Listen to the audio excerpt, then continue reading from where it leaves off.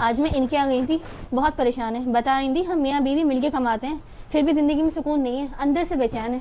घर में हर तरीके की नेमत है, पैसे की कोई कमी नहीं, बच्चे कनाडा में सेटल्ड है। मैं तो समझती थी बहुत खुश हैं ये लोग, साल में 2 बार घूमने जाते हैं, गाड़ी बंगला नौकर, क्या नेमत नहीं है इनके पास। असल में दुनिया और उसकी चीज़ें ना जिस्म को खुशी और राहत देती हैं, लेकिन रूह को नहीं देती। आज इंसान खुशी राहत दुनिया में तलाश कर रहा है, जबकि ये चीज़ें अल्लाह ने अपने जिक्र के अंदर और अपनी इताअत में रखी हैं।